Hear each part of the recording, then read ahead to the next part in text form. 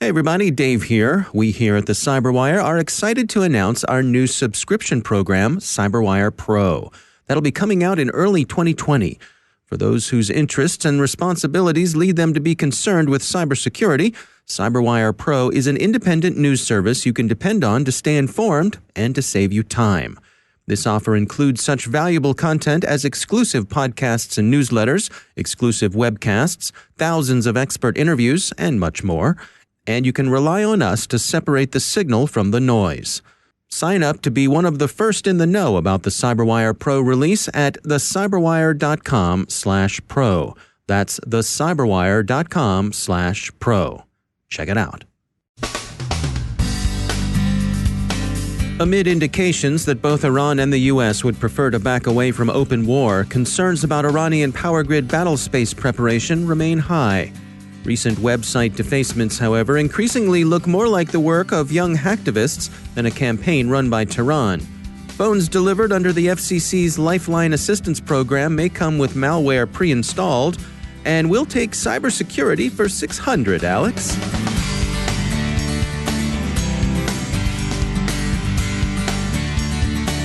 And now, a word from our sponsor, ExtraHop, delivering cloud-native network detection and response for the hybrid enterprise. The cloud helps your organization move fast, but hybrid isn't easy. Most cloud security failures will fall on customers, not service providers. Now that network detection and response is available in the public cloud, it's finally possible to close the visibility gaps inside your network. ExtraHop Reveal X Cloud brings cloud-native network detection and response to AWS, helping security teams spot, contain, and respond to threats that have already breached the perimeter. Request your 30-day free trial of Reveal X Cloud today at extrahop.com/trial. That's extrahop.com/trial. And we thank ExtraHop for sponsoring our show.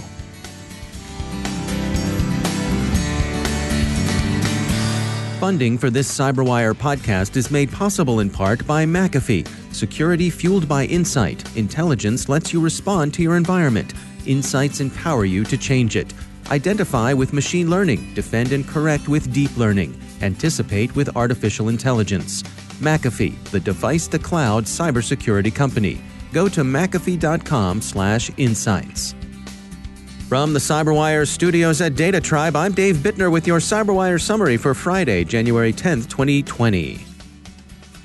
Both Iran and the U.S. appear to have signaled a desire for de-escalation of the ongoing conflict, punctuated earlier this week by a retaliatory Iranian rocket barrage in response to last week's drone strikes against Quds Force Commander General Soleimani, which was itself retaliation for Quds Force attacks against U.S. forces in the theater. As the Washington Post reports, both sides remain mutually wary but have toned down talk of kinetic violence. One occasion of a rapprochement is the tragic crash of Ukrainian International Airlines Flight 752, a Boeing 737 airliner en route from Tehran to Kiev. U.S., Canadian, and British authorities say the aircraft was shot down by an Iranian surface-to-air missile battery. Canada's interest comes from the large number of Canadian citizens on board. The U.S. and Canada in particular have said that the intelligence they have suggests that the shoot-down was accidental, case of mistaken identity. Iran had initially said it would exclude both the U.S. and Boeing, the airliner's manufacturer, from the accident investigation. It's customary that the manufacturer and the manufacturer's government participate in such inquiries, but yesterday, CNBC reports, Iran formally invited the participation of the U.S. National Transportation Safety Board, and the U.S. promptly agreed to send representatives to the investigation. But a partial softening of public rhetoric and even the reality of some bilateral cooperation don't mean the end of tension in cyberspace.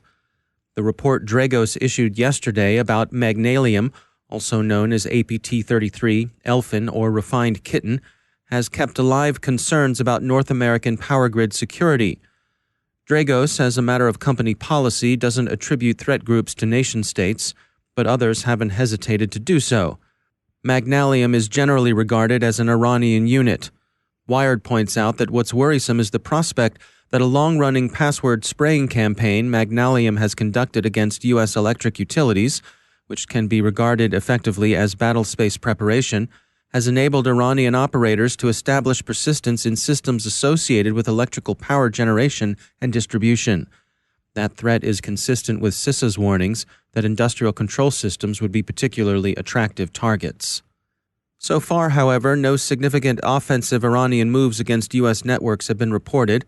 The Verge reports that pro-Iranian hackers who left their mark on a variety of lightly defended sites over the past week increasingly look more like angry script kiddies sympathetic to Tehran than they do Iranian cyber operators. The websites defaced with bellicose images included not just the government printing office's helpful library site, but also one website belonging to a California dentist, another run by the University of Maryland, and yet another operated by an Oklahoma manufacturer of steel livestock feeding troughs. One of those who claimed responsibility, a Mr. Bezad, told The Verge he was 18 and added, "I do not work for the government. I work for my home country of Iran," and then highlighted the name Iran with a heart emoji. CrowdStrike's VP of Intelligence, Adam Myers, told The Verge that hackers who contacted the journalists were people with a security awareness who operate in Iran, typically teenagers and young men in their 20s, who are engaged in security and the hacker scene. They largely engage in defacement and tend to be more focused on web-based technology like PHP and WordPress. So, in all probability, they are from neither the IRGC nor the Mabna Institute. Las Vegas declared victory over the attempted cyber attack it sustained early Tuesday, ZDNet reports. There was immediate speculation about an Iranian operation, but now the incident is being compared to earlier criminal attacks on Atlanta and Baltimore. Security firm Malwarebytes warns that the UMX U686CL Android phones the U.S. Federal Communications Commission Lifeline Assistance Program provides low-income users come with pre-installed Chinese malware. Specifically, the suspect program is a wireless updater, but that updater is a product of the notorious Adups, a Chinese software outfit whose tools have been flagged as malware before. The phone is solid and serviceable, Malwarebytes says, and at a price of only $35, it's a bargain too, but they add, what it comes installed with is appalling. The Adups updater can install programs without user consent. Forbes received comment on the issue from Sprint, the parent company of provider Assurance Wireless. Sprint said, quote, "We are aware of this issue and are in touch with the device manufacturer Unimax to understand the root cause. However, after our initial testing, we do not believe the applications described in the media are malware." End quote. The FCC says, quote, "The Lifeline program has provided a discount on phone service for qualifying low-income consumers to ensure that all Americans have the opportunities and security that phone service brings, including being able to connect to jobs, family, and emergency services. Lifeline is part of the Universal Service Fund.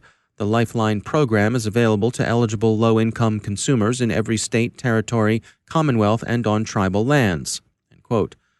Various members of Congress have already rounded on the FCC to demand it do something about this.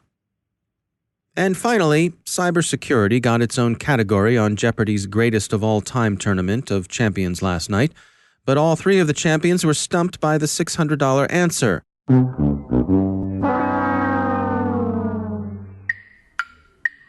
Companies consider cybersecurity when instructing with a policy on BYOD. Not one so much as buzzed in. Here's what they should have buzzed in with. The question is, Alex, what is bring your own device? Here are the other answers in the cybersecurity category.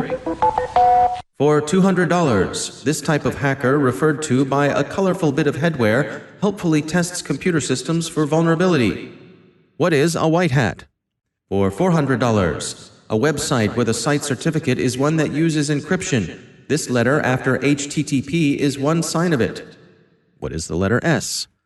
For $800, a ransomware attack that encrypted 3,800 City of Atlanta computers demanded 6 of these digital items to unfreeze them.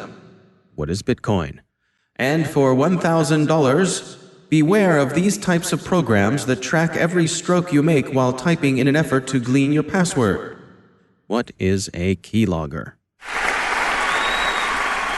We do think that had the three champions, Rudder, Jennings, and Holzhauer, been regular CyberWire readers or listeners, they'd have knocked these 5 cognitive gopher balls out onto Utah Street, as we say here in Baltimore. Of course, all of you got the questions right. We knew it.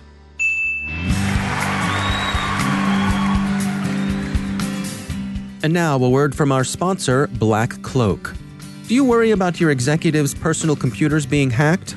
How about their home network, with all those IoT goodies they got over the holiday? Or credential stuffing attacks because of their password reuse? Executives and their families are targets, but unlike the corporate network, they have no cybersecurity team to back them up. Instead of hacking the company with millions of dollars worth of cyber controls, hackers have turned their attention to the executive's home network and devices which have little to no protection. Black Cloak closes this gap in your company's protection. With their unique solution, the cybersecurity professionals of Black Cloak are able to deploy their specialized controls that protect your executives and their families from hacking, financial loss, and privacy exposure. Mitigate these risks that could lead to a corporate data breach or reputational loss. Protect your company by protecting your executives. To learn more and partner with Black Cloak, visit blackcloak.io. That's blackcloak.io. And we thank Black Cloak for sponsoring our show.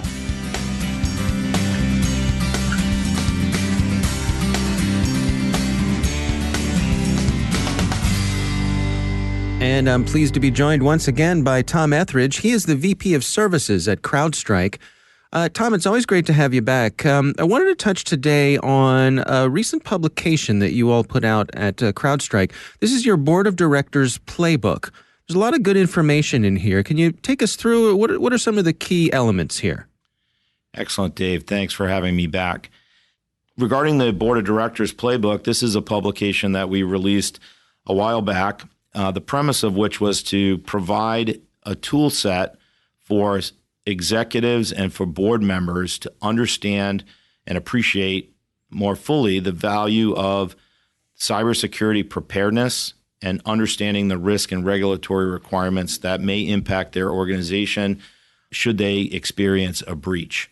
One of the things that we tried our best to highlight in the Board of Directors Playbook is that the changing regulatory environment that we exist in, new state, federal, and other regulations requiring organizations to provide better controls and incident handling procedures to be able to report incidents in a timely manner to key stakeholders and regulatory concerns. Those things are really critical for the C-suite and for board of directors members to understand. And the playbook really is designed to provide capabilities for boards to have questions that they should be asking their C-suite while they're understanding the regulatory and cyber risks associated with the business that they're supporting, to be able to have a playbook of questions that they can ask the organization that they're supporting in the event that a breach is actually happening, to better understand when reporting should happen and what the requirements are. And then also to have considerations for the executives and the board members themselves to understand that they may be high-value targets for threat actors to target in order to gain information. The exec staff and board members typically have access to very privileged information, and that is certainly something that threat actors would want to target if they're trying to understand more about the value of a company or of an organization, or target the critical assets that they have. Yeah, I mean, it strikes me that, these days cybersecurity touches so many areas that certainly the board would be interested in or even be responsible for. I'm curious, in your estimation, who is responsible for being that translator, for making sure that both sides understand what's going on, the technical team at the organization and the board of directors, that nothing's getting lost in that translation? Great question. So one of the things we try to outline in the Board of Directors Playbook and in our presentations to many boards is that it's really important for them to get access to and have the security staff, typically the CISO, provide regular updates to the board about the status of the organization's preparedness, their ability to respond to a breach, what types of tools they're leveraging, where are the gaps, where are investments required in order for them to improve their overall preparedness and their overall ability to respond in the event that an incident happened. In an earlier session that we did, Dave, I mentioned the 1-10-60 rule, the ability to be able to respond, to be able to detect a breach, to be able to triage that breach, and to be able to respond to that breach within an hour. That type of metric data is really important for executives and board members, quite frankly, to understand where organizations may be able to do that and where they may be falling short. So using that as a governor, if you will, to understand where investments are required to improve that operating metric allows the board and the C-suite to be able to make better investment decisions to improve that capability for their organization. All right. Well, Tom Etheridge, thanks for joining us. Thanks for having me. And now a word from our sponsor, Dragos. Don't miss next week's free webinar introducing the MITRE attack for ICS on Tuesday, January 14th. You can register at dragos.com/webinars. The just-released framework organizes and codifies the malicious threat behaviors affecting industrial control systems and defines 11 behavioral techniques. The webinar is hosted by Dragos principal adversary hunter Joe Slowick and MITRE cybersecurity engineer Otis Alexander, who collaborated on the ICS framework. Register today at dragos.com/webinars and get a head start on implementing ICS attack in your organization. That's dragos.com/webinars. And we thank Dragos for sponsoring our show.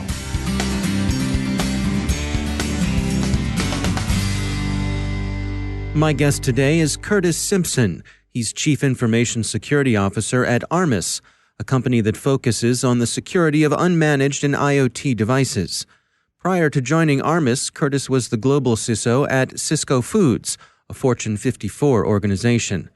Our conversation centers on the notion of CISO burnout, the changing expectations of people in that position in a world where they are increasingly finding themselves in the business and risk management spotlight.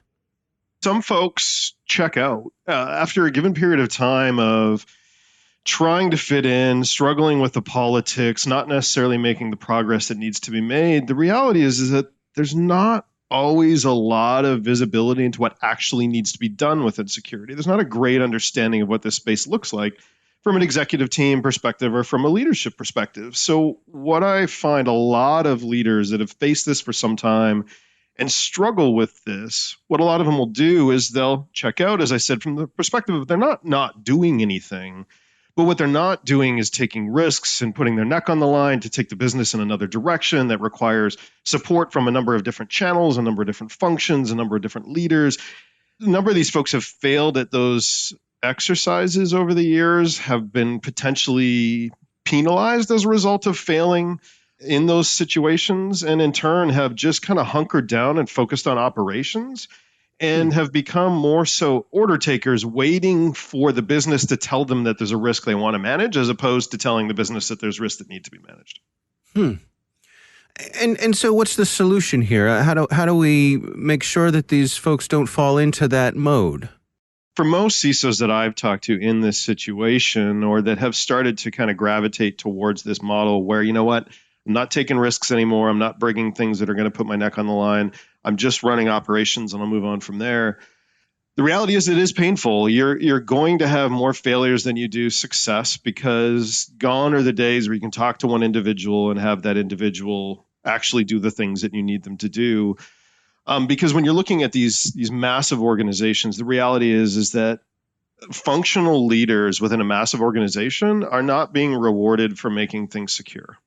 They're not being rewarded for either doing or not doing the things that will help reduce risk within their space. They're being rewarded for business outcomes, right? So the reality is that I like to think that a lot of my success as a CISO comes from this continued understanding of this will be hard, but it still needs to be done. And also recognizing the fulfillment that you get from the job. And the fulfillment is accomplishing those difficult tasks.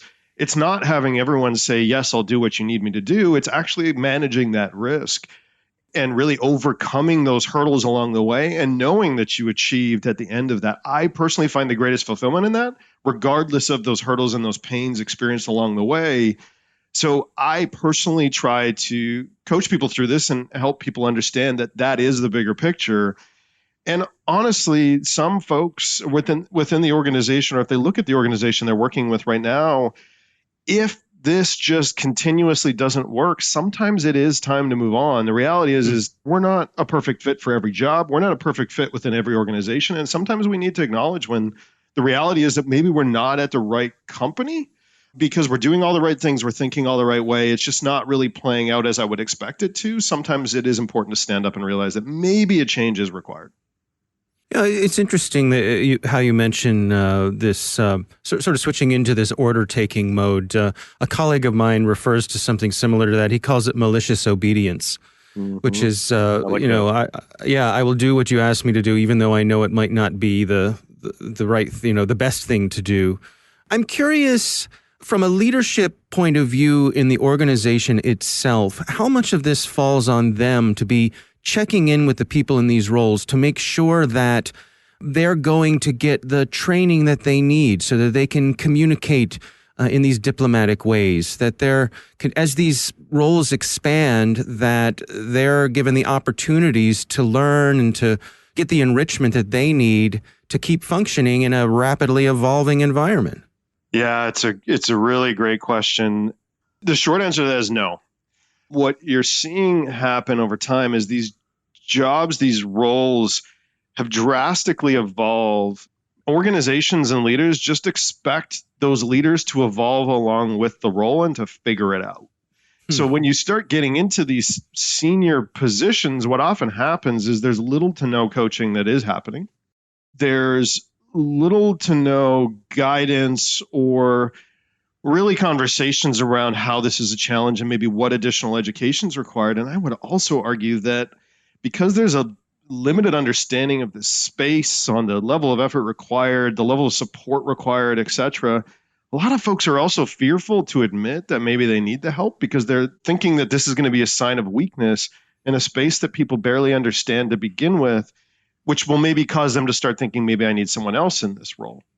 Isn't it interesting how, to me, this is a human factor situation here. We're talking about technical things, and I think most people in the business would think about what are the things that the CISO is responsible for.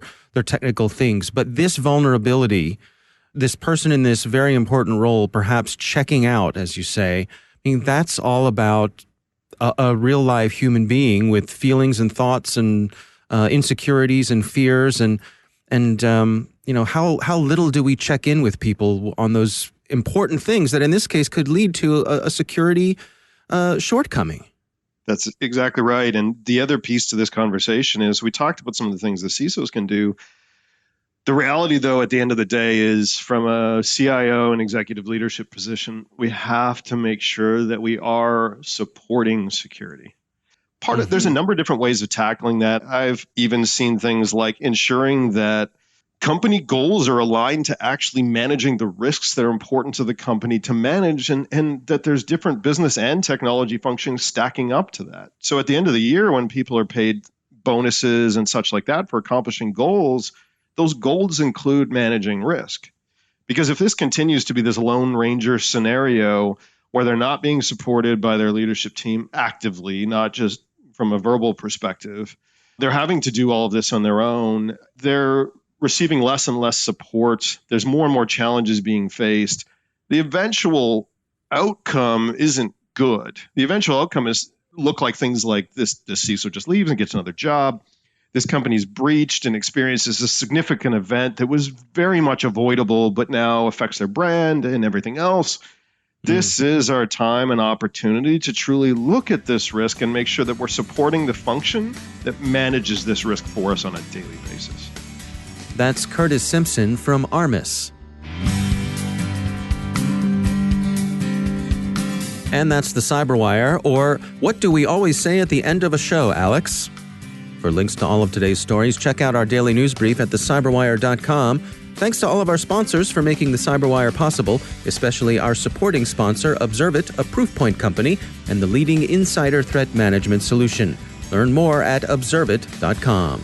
The CyberWire podcast is proudly produced in Maryland out of the startup studios of Data Tribe, where they're co-building the next generation of cybersecurity teams and technologies. Our amazing CyberWire team is Elliot Peltzman, Haru Prakash, Stefan Vaziri, Kelsey Bond, Tim Nodar, Joe Kerrigan, Carol Terrio, Ben Yellen, Nick Valecki, Bennett Moe, Chris Russell, John Petrick, Jennifer Iben, Peter Kilpie, and I'm Dave Bittner.